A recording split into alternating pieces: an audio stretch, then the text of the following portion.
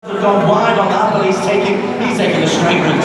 Yeah, he's been pushing very aggressively through there. And the thing is that you can't do that with GD Sport. Sometimes you can just literally dive to the corner and your car can just handle it, you just sail right on through.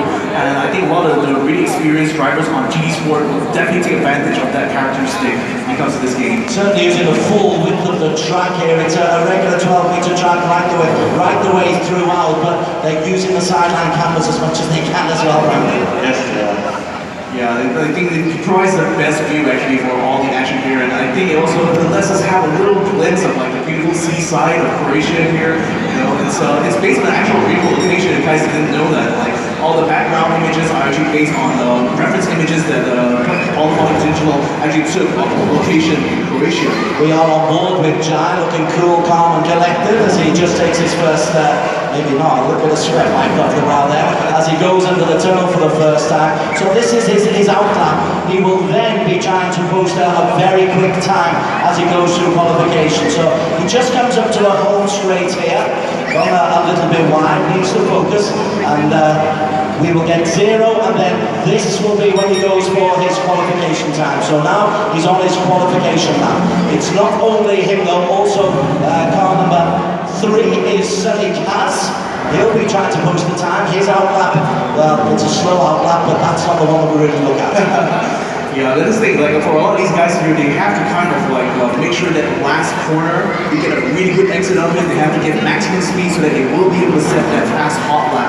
So it looks like some of these guys here, they're slowing down actually, just let some other guys through, you know, you don't want to be racing too close to each other, especially when you're on your on your fast lap, your hot lap. And already we're seeing a little bit of racing here going on for the 7 and 8 position, guys. It is, but you're only allowed 2 laps to post a quick time. This is Jansen Tan. Tan Simheng is full name, but Jansen, there is car number 14 in the yellow livery. Now, you've spent some time with all of these guys, and those guys at the tail end of the 15 starters. What will their tactics be? Are they trying to just get up into the points, into a top 10? Is that their target? Yeah, so they're saying that they just want to finish in the top 10 to be safe, and from then on, they say the race 2, they will try to push harder for them. And I think it's the best case scenario because like the first race here is going to earn the bulk of the points that it will carry on the rest. So if you finish in that top 10, you're pretty much in a very safe position, and that's going to allow you a little bit of breathing space so that you can continue to drive more aggressively. And look at how aggressive the Razor car just went through the chicane there. That is Naza, he really was pushing over the limits there. This is his fast lap. Let's see what he can post as he just comes round the final chicane, goes very right, tries to slingshot out of it. Car number 6, he's posting a time. It'll well be out of 137, 138, 139. Oh, he's just outside 140. That puts him into P3 at the moment. P3, and that provisional pole is going to be held by car number 3, Sonny Kazan right now, with the fastest lap so far. Let's see if the others will be able to bring a challenge to him pretty much as they come across the line. This is Sonny Kaz, who has got the fastest time so far. He is 0.099 of a second ahead of Jai.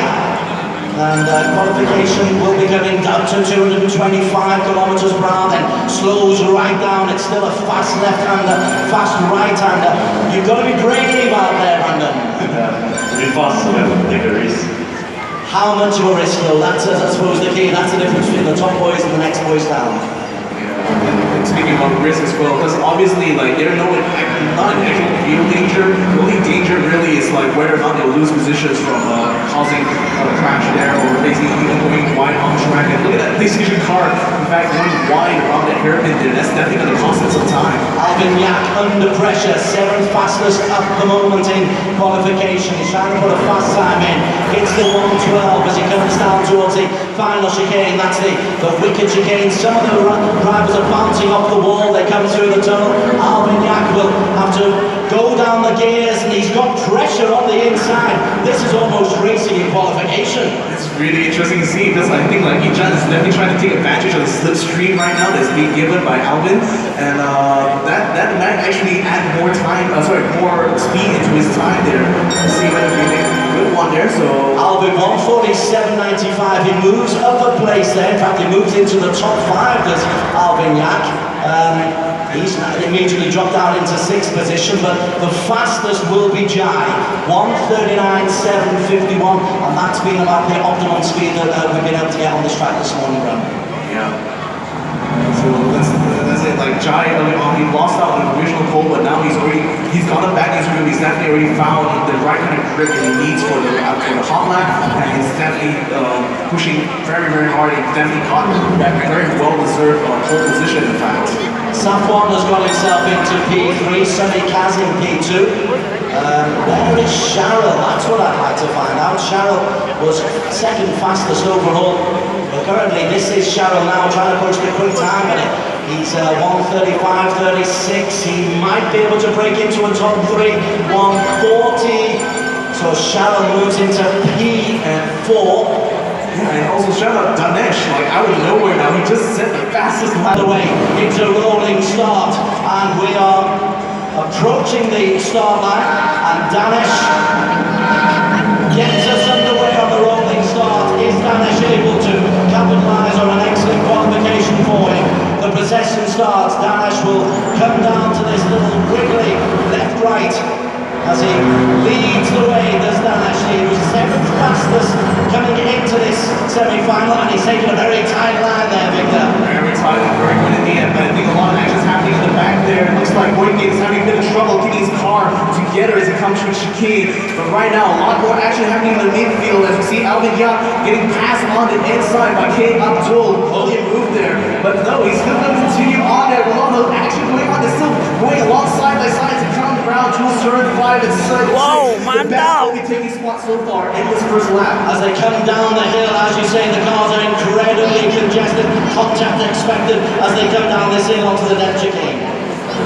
Yeah, onto the chicanes now. They're out going downhill, and it's going to be the next overtaking point. This is going to be the sort of blind hairpin, so it's going to be interesting to see if some of the guys in the midfield will be able to make up some places after this. And the racing is still very tight. Look at that, a PlayStation car going on the inside there. He is going to be able to make up, I think, one spot. Even though he loses after completing his high lock, he is still going to be able to stay up in front, and he's still going to be in 7th place, the best of the rest. Putting pressure on Safwan, who's dropped from P4 down to P6. Safwan, but Skylar is really happy to go as they come back through the tunnel. We are towards the tail end of lap 1 of 8 laps.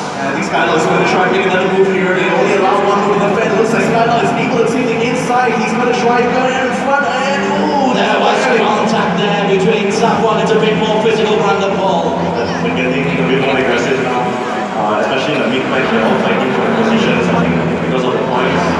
So Leading the way though is Danesh as he comes up. He started his second lap, and he's under real pressure from Jai. The gap, the leading gap is 0.357 between P1 and P2. That's the thing, like Danesh is going to be in the same position that Taiji Agami was in the last group, and I think Jai almost lost it there. He's really pushing hard. He wants to keep that pressure onto Danesh and to hope that Danesh makes a mistake there, but it looks like he's going to be close enough to make a traffic. He's going to try to make a pass in the chicane here. It's going to be a close one. Trying to go inside, but Danesh closes the door on him, making sure that Jai has no room to wiggle through. It's keeping you outside of those mirrors. You do not look at your mirrors if you are Danesh there. You know the pressure's coming on. As he goes up over there, Danesh has responded superbly to the pressure he's been under, Brandon. yes, so he's and he's moving fast now. Yeah, again. Very close fight. This time on the inside. That was a huge push actually onto Danesh, and that actually forced him off the track a little bit, and that is costing him that first position. Now he's going to be facing another attack here from behind. I think that's Wicked right now, right on his tail, and they really want to grab that second position. Jai was though showing his biker skills, and Jai has got himself a half a second lead over Danesh as he comes down to this hairpin at the tail end of lap number 2. Coming back there, that's Safwan, who's dropped from P4 down to P6 in the U-Mobile. Orange livery. He's in P6. He's ahead of a man who's made a great run forward. K. Abdul has got himself up to P7, but it is Jai who leads the way from Danesh at the end of lap number 2. I think we just saw John go a little bit loose coming down, start pretty straight. That's going to cost him a lot because he was fighting for 10th position, but now that's going to be completely out of his hands. As right now, I think that's going to be Eric Aki, who's right now sitting very comfortably in the 10th position. But still, We're in the middle of the third lap, and this is a battle for P7 and for P7. Well, we have got K Abdul. He's under immense pressure from Alvin Yan. There is Alvin Yan taking a nice tight line. Going wide was Jansen Tan. There aren't many ways around this course, but they're finding multiple ways to attack this track. Yeah, because I think they're just trying to get the sweet spot of the corner so they can use the maximum. We are on board the P4 car of Sharon. Yeah, Danesh right now, he's able to catch up right behind Jai, so perhaps he wants to try to take back that pole position here from Jai. So let's see if he's going to be able to make it through this depth chicane here to get a very fast line indeed. And look at Jai just pushing the absolute limit there, hitting the little bit of the barriers there, giving a bit of sparks to flying there. But that's just goes to show how hard these guys are racing. Danesh is closer behind, and right behind them is Sonny Katz, who hasn't really made a move yet on Danesh, but as we say, plenty of time still to go. Danesh in the purple livery is having a terrific race. Remember, he started as 7th fastest qualifier, but he got the... And we are on board with the race leader, Jai. Cool, calm, collected in the sun. Yeah, he's now facing less pressure, but it'll be Sony Kazu now right behind instead of Danesh. So perhaps we're going to see a final lap shootout between these two guys, because Sony Kazu, he doesn't give up. When he knows that he smells the opportunity for a win, he's going to go for it. I tell you what, K Abdul has given a lot of thrills. He is right on the tail of Ejan. Ejan has to close the gate. Ejan, there he is in the dark livery. Sonny Kaz, not Sonny Kaz, K Abdul right behind him. That is the battle for P8 and 9, the yellow livery of Jansen Tan just in front of them. This is worth watching. Yeah, K Abdul, I think he had a little bit of a bad exit out of that chicane. Probably trying to make up that time difference by taking a good exit out of turn 6, but really it's going to be chicanes here. I think that's going to be his point of attack. Jansen Tan in the Maybank yellow livery. He's just got to keep his focus. He's done really well. 14th fastest. He's got himself up into P7. We're focusing on this because at the front. Oh! Gone outside. K Abdul's race, I'm sure, has ended. Ejan's race is surely over. Yeah. Ejan was the one who just spun out there. That's the thing, the chicanes there are really, really deadly. They are wrong on brake or the pedal there. What do you think went wrong there, Brandon? I think he was a bit too greedy at the exit, and his car just understeered out to the driver and just lost the grip. And that could cost him vital points for at the front. How about that? A little scratch of the nose. This is like a Sunday afternoon stroll for Jai. Nice on the pipe, but Jansen Tan, he is under pressure from K Abdul. K Abdul's already forced one error from Ejan. Can he force the pressure on Jansen Tan?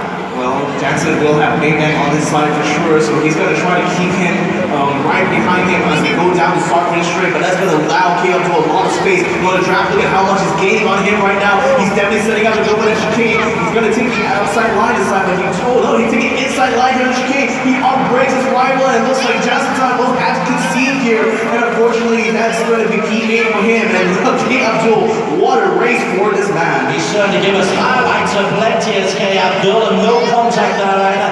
Cleanly through the middle, he moves up to P7. Jansen Tan has to move up to P8, so 2 places gained by K Abdul in the last lap.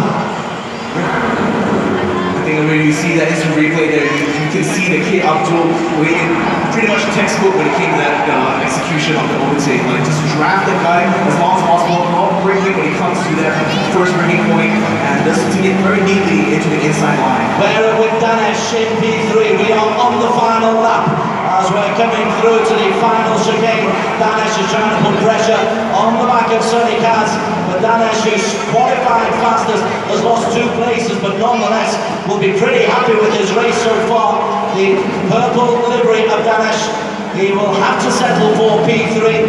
P2 will be going to Sonny Kaz, barring a catastrophe for the race winner Jai, as Jai comes up the hill and crosses the line in first place. Jai, fastest and qualified, thumbs up from him. Second place, Sonny Kaz. Third, a fabulous race from Danesh. Yeah, I think he did very well. He was also playing it safe, just wanted the points, and I think he's going to work hard for the second race.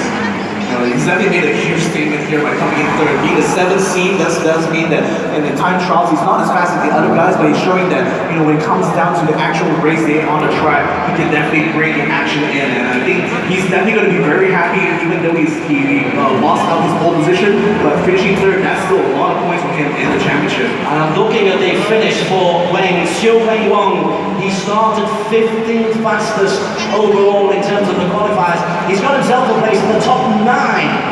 So he has done a great job moving up as well. I think he's more confident to start now and he drives it better. So I think in the race 2 he will do much better. We have a look at over at the drivers, and there's one or two heads being shaken.